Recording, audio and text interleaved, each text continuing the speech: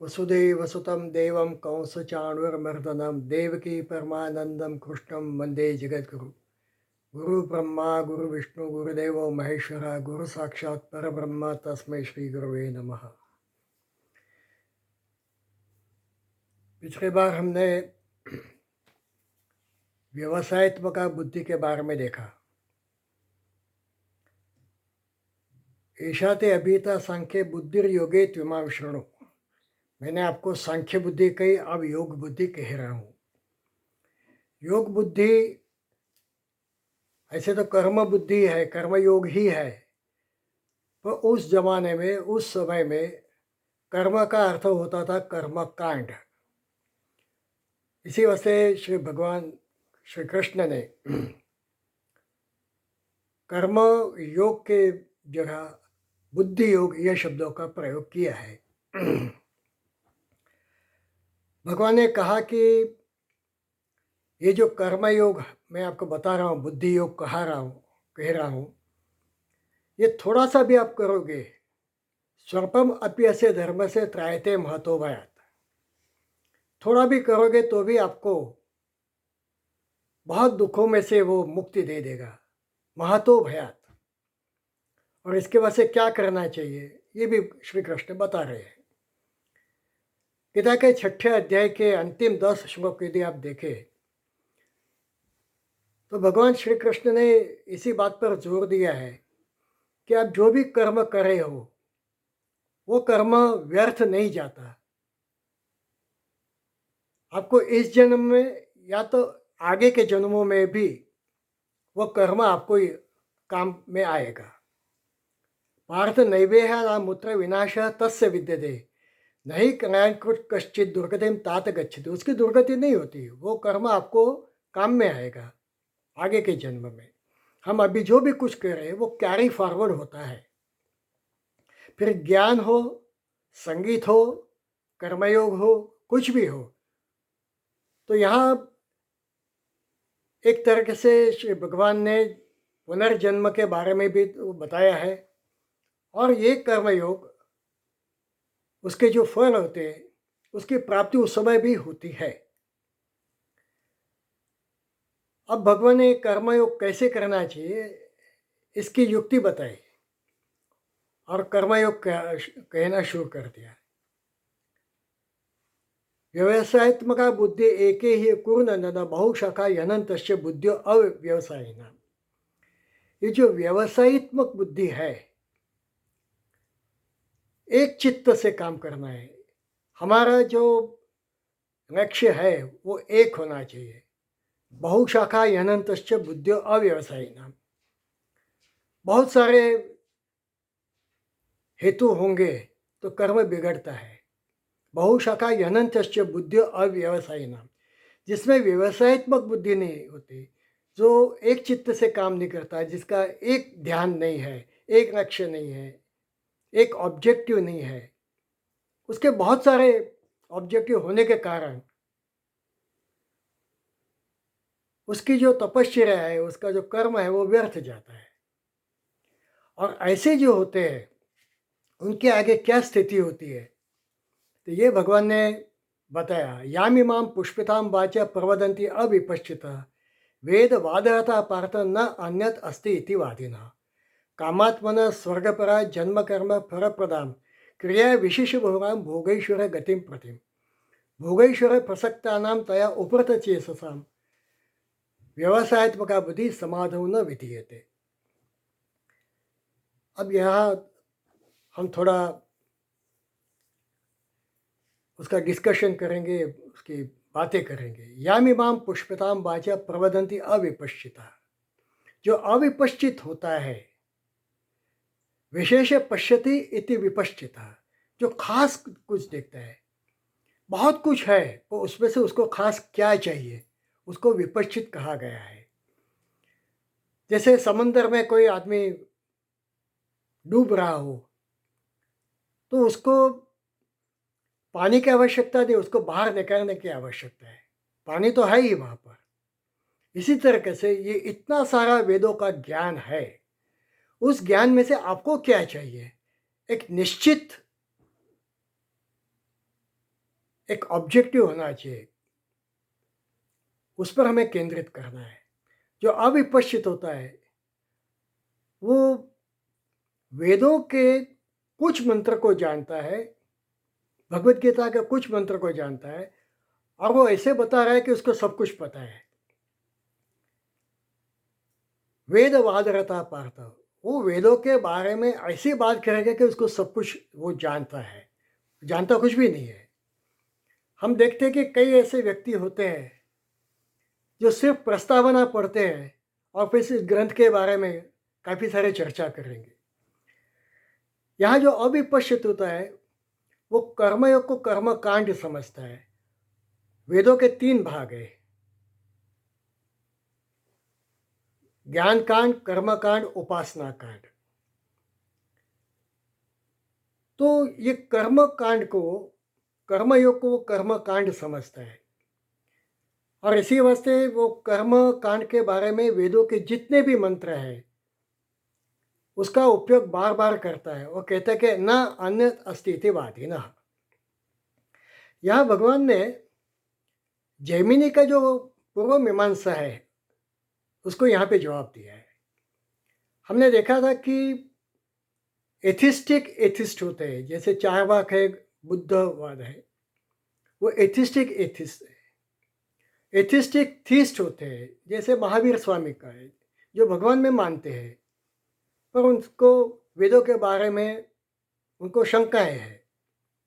दूसरे थीस्ट है, तो थीस्ट में थीस्ट विद एथिस्ट जो थे, जिसमें कणाद थे, गौतम थे, और कापिल सांख्य शास्त्र था। ये थीस्टिक एथिस्ट है जो भगवान में नहीं मानते हैं, या तो कम मानते हैं, या तो वेदों के बारे में वो नास्तिक है।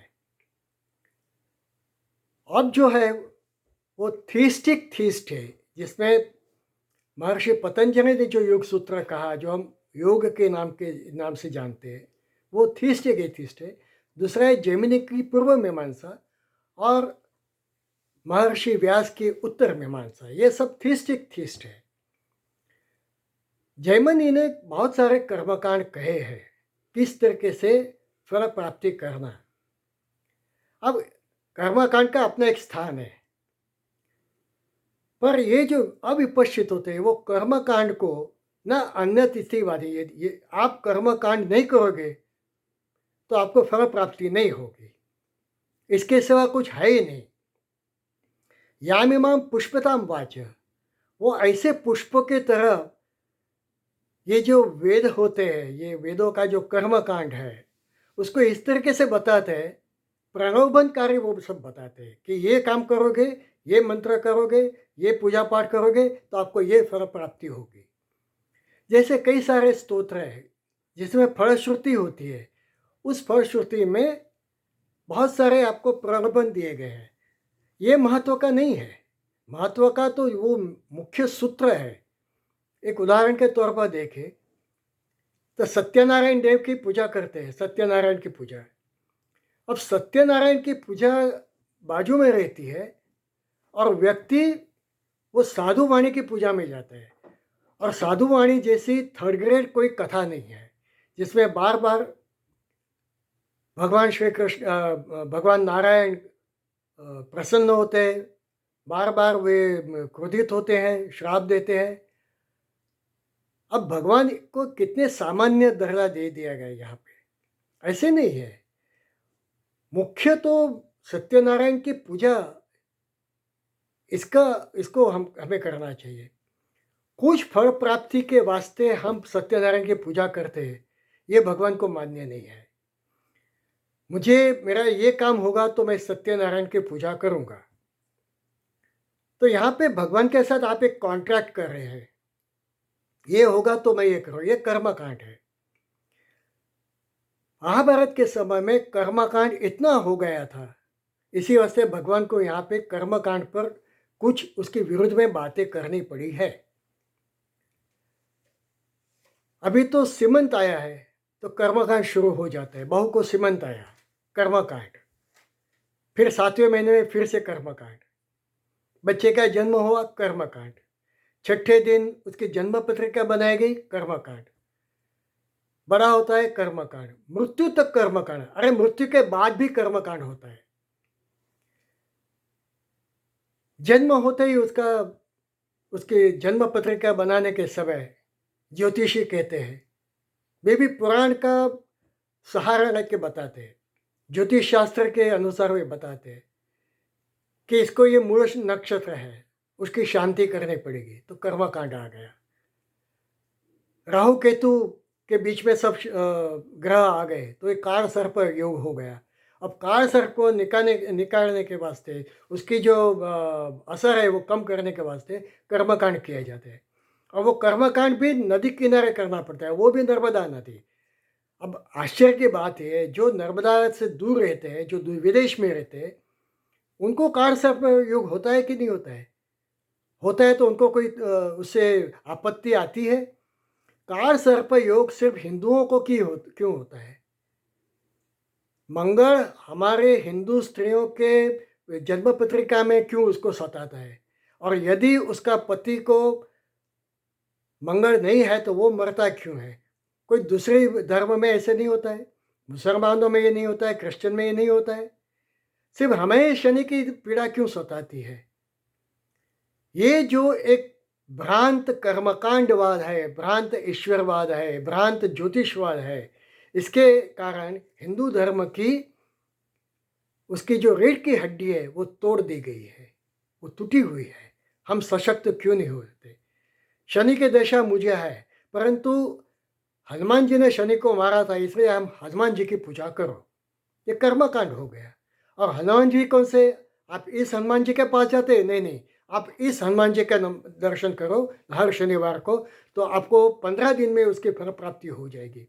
अरे भगवान के भी कोई स्टार्स होते, 1 स्टार, 2 स्टार, 3 स्टार ऐसे होते। मंदिरों के बारे में इस तरीके से हम बेवकूफ़ी कर रहे हैं। हम कहते हैं कि इस भगवान के पास जाओ तो आपकी असर कम हो जाएगी। ये है जो वो कर्मकांड है। और इस कर्मकांड को ये अविपश्चित होते हैं, वो इस तरीके से उसको रंग दे देते हैं, पुष्पिताम वाच। जैसे कोई पेड़ पर पुष्प है, कितने आकर्षक देते हैं, तो ये आकर्षक जो वाणी है उसका ये उपयोग करते हैं और ये कर्मकांड करने को कहते हैं, क्योंकि उसमें से उनको पैसे कमाना होता है। ये जो अविपश्चित है, ऐसे जो पंडित होते हैं जिनको पूरा ज्ञान नहीं है वेदों का, वो उसका उपयोग अपने स्वार्थ के वास्ते करते हैं। और वे कहते हैं वेदवाद रहता पार्थ। वो वेदों के कुछ मंत्र को, भगवत गीता के कुछ मंत्र को, पुराणों के कुछ मंत्र को वो ऐसी इस तरीके से वाद करेंगे जैसे कि वो खुद जो बता रहे वो सत्य है।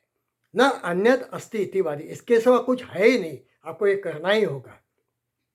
कितनी सारे पुत्र चाहे तो पुत्र कामेष्टि यज्ञ करो, आपको राज सत्ता चाहे तो अश्वमेघ यज्ञ करो, राजसूय यज्ञ करो। कितने प्रकार के यज्ञ होते थे। इस यज्ञ के कारण समाज की व्यवस्था बिगड़ गई थी।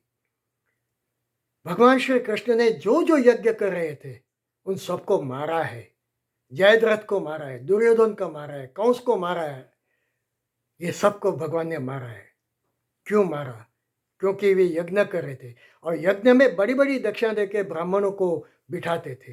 ब्राह्मण अपना जो कार्य है, शैक्षणिक कार्य है, उस शैक्षणिक कार्य को छोड़कर वे यज्ञ में गए थे। आज भी हम देखते हैं शिक्षण व्यवस्था में क्या हो रहा है।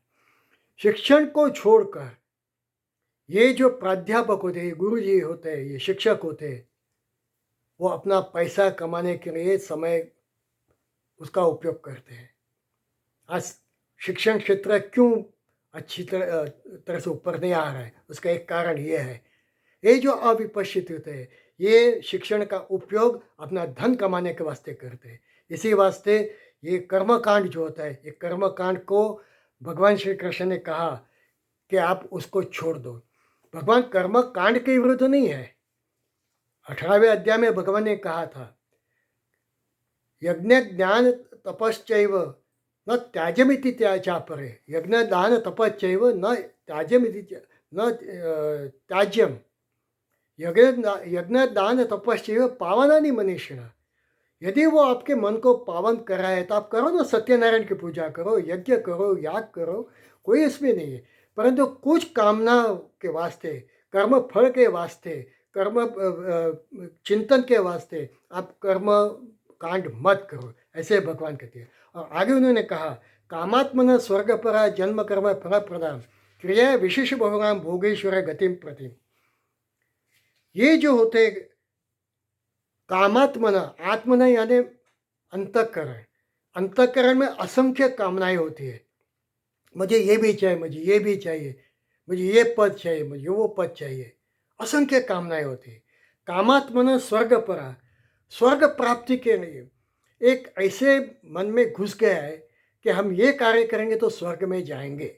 स्वर्ग में क्यों जाना है?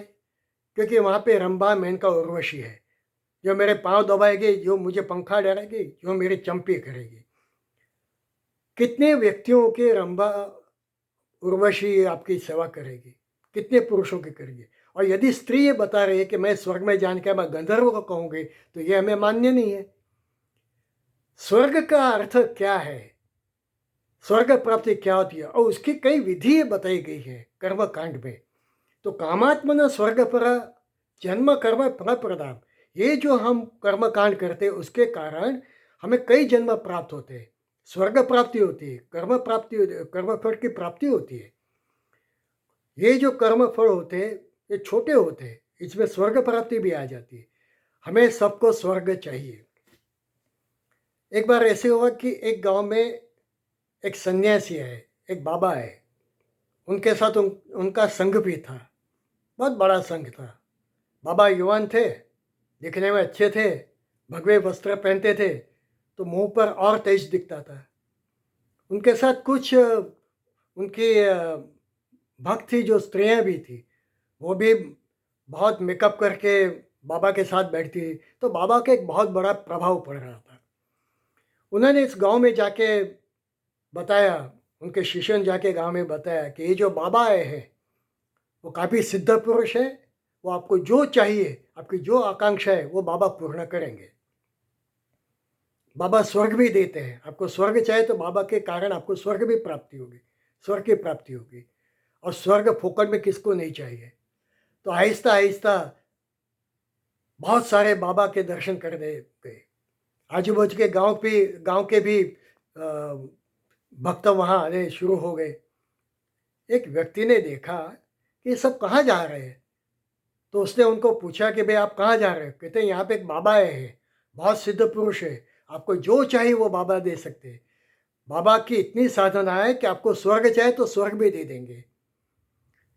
इस व्यक्ति ने कहा कि जाके देखे देखे कैसे बाबा है, क्या दे कर सकते हैं। गए तो बहुत बड़ा क्यू था। ऐसे इसमें बहुत सारे कहे हुए भक्त आते हैं जो फोकट का स्वीकारने के लिए जाते हैं, मांगने जाते हैं। तो ये भी गए तो बहुत बड़ा क्यू था। एक क्यू था वो थोड़ा छोटा था, और एक क्यू था वो तो उससे भी छोटा था। उससे पूछा भाई ऐसे कैसे? कहा आपने यदि 1000 रुपये दिए तो इस क्यू में आप खड़े रह सकते हो, यदि आप वो क्यू में जाना है तो 10,000 रुपये दोगे तो आपको टॉप प्रायोरिटी दी जाएगी। वो श्रीमंत था, बिजनेसमैन था, तो वो तो 10,000 के क्यू में गया, खड़ा रह गया। थोड़ी देर में बाबा ने कहा अंदर आ जाओ। ये गया। बाबा प्रभावशाली तो थे ही। बाबा ने इसको पूछा आपको क्या चाहिए? इसने कहा मैंने सुना है कि आप मन की कामनाएं पूर्ण करते हो। तो बाबा ने कहा अवश्य। कहते आप स्वर्ग भी देते हो? बाबा ने कहा मैं स्वर्ग भी देता हूँ, आपको क्या चाहिए? उसने कहा मुझे भी स्वर्ग चाहिए, आप दोगे मुझे? तो बाबा ने कहा ठीक है। उन्होंने देखा ये एक बहुत श्रीमंत आदमी है, इसके कारण बाबा का प्रेम उस पर और बढ़ गया। उसने पूछा आप क्या करते हो? तो उसने कहा कि मेरा बहुत बड़ा कारोबार है, बहुत बड़ा बिजनेस है।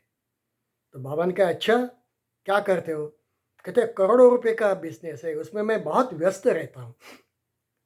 तो बाबा ने कहा देखो यही आपकी जो स्वर्ग प्राप्ति है, सुख प्राप्ति, उसमें ये बीच में आ रहा है। तो कहते मैं क्या करूँ? तो आप ये सब दान कर दो, आपसे इससे छुटकारा पाओ और मेरे पास आ जाओ। मैं आपको जो आपको चाहिए वो मैं दे सकता हूँ, मैं आपको स्वर्ग दूंगा। उसने कहा मैं कहाँ पे दूँ ये सब? कहता है देखो हमारा भी बहुत बड़ा संघ है, हमने भी बहुत सारे हॉस्पिटल्स बनाए, हमने बहुत सारी शैक्षणिक संस्थाएं बनाई है, तो आप मुझे दे दो। बाबा ने तो पूरा मेनू कार्ड दे दिया, अपना कंपनी का प्रोफाइल दे दिया उसको और कहा कि ये पढ़ो, देखो कहाँ कहाँ पे हमने प्रसूति गृह बनाए, स्पेशलिटी हॉस्पिटल्स बनाए, इंटरनेशनल स्टैंडर्ड्स के एजुकेशन संस्थाएं बनाई, आप मुझे दे दो आपका सब धन।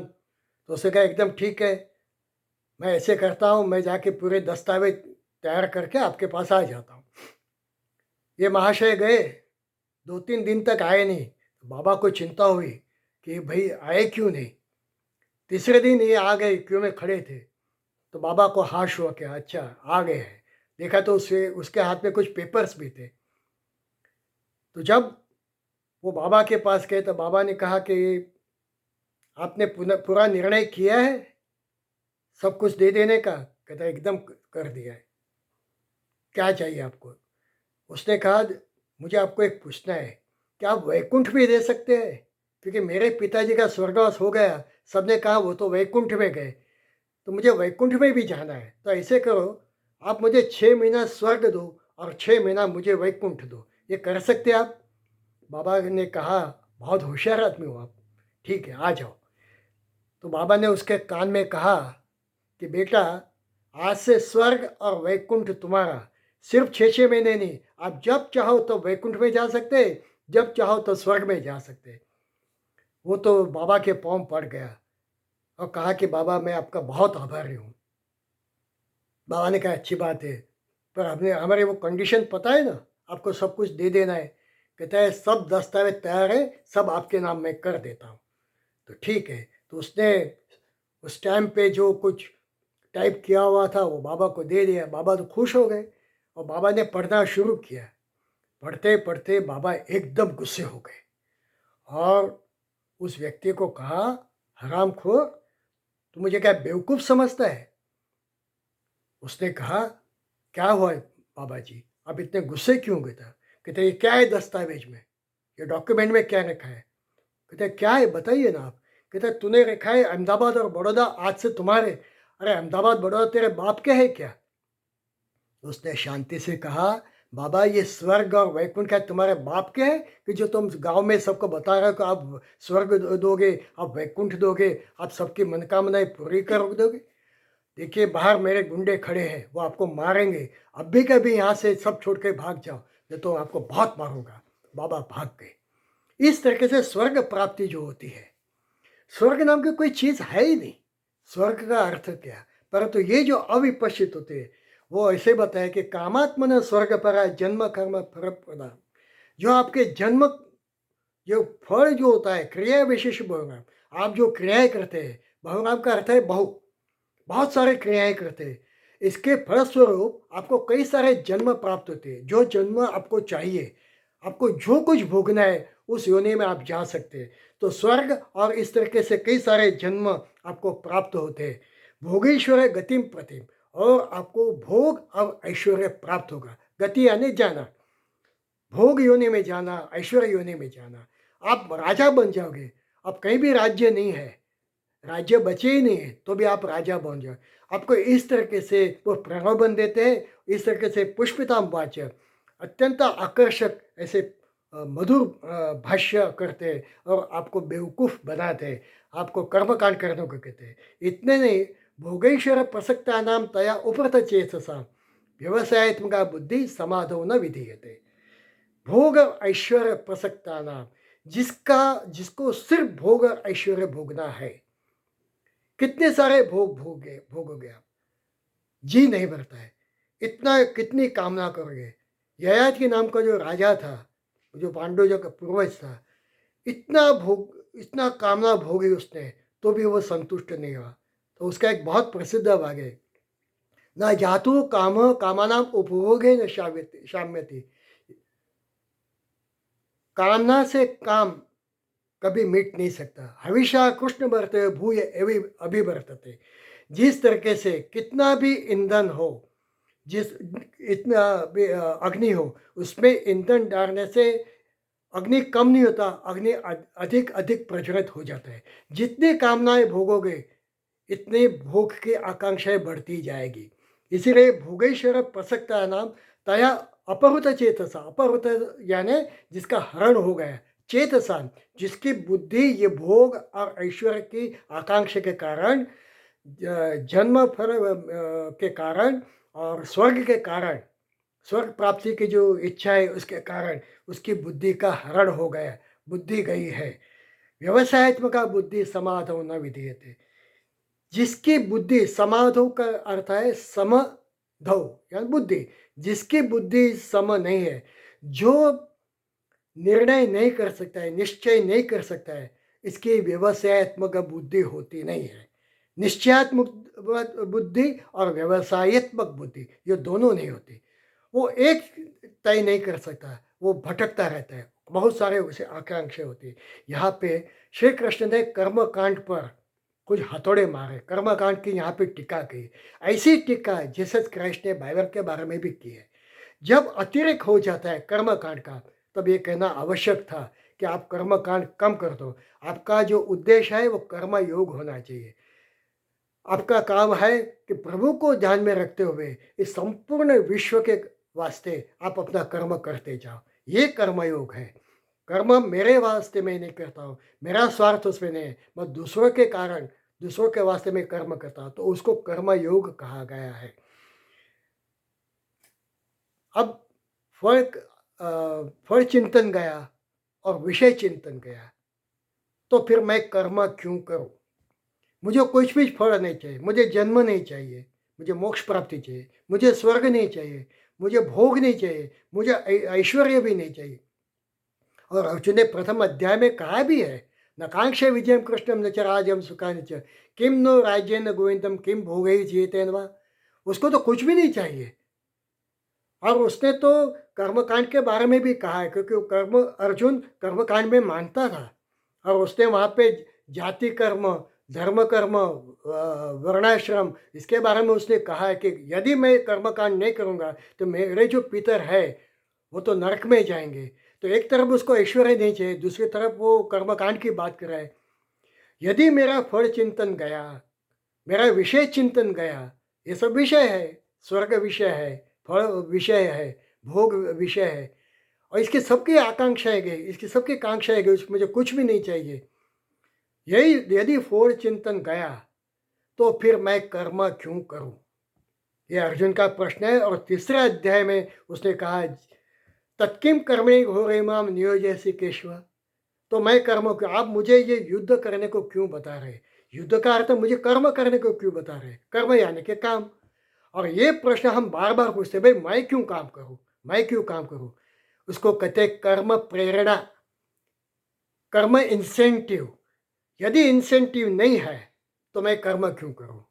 यदि मुझे कर्म में प्रेरणा नहीं है तो मुझे कर्म क्यों क्यों करना है? ये एक बहुत बड़ा ब्रह्म राक्षस है। आज सभी युवाओं को, सब समाज में सभी को ये प्रश्न है कि हम काम क्यों करें? मैं सरकार में हूँ तो मैं सरकारी काम क्यों करूँ? मुझे कोई भी काम सौंपा जाए तो मैं ये स्वीकारने को तैयार नहीं हूँ।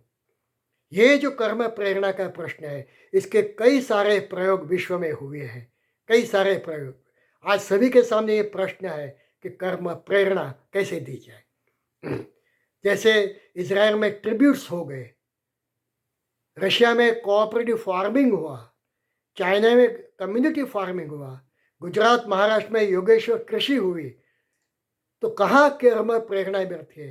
कर्म प्रेरणा के वास्ते भगवत गीता क्या कह रही है, इसका विचार हमें करना है। समय हो गया है, इसी वास्ते यहाँ हम रुकते हैं। और इसका भगवान ने जो आगे जो एक मंत्र दिया है, त्रैगुण्य विषयाविद नित्रैगुण भवार्जुनो निर्द्वंदो नित्य सत्वस्थो निर्योग क्षयम आत्मा। ये कर्म प्रेरणा का प्रश्न है। और आगे कर्मयोग के बारे में भगवान ने कहना आरंभ किया है। तो हम आगे के भाग में देखेंगे। यहाँ हम समाप्त करते हैं। ओम पूर्णमद पूर्णमिदम पूर्णात् पूर्णमुदच्यते पूर्णस्य पूर्णमादाय पूर्णम एव अवशिष्यते। ओम शांति शांति शांति।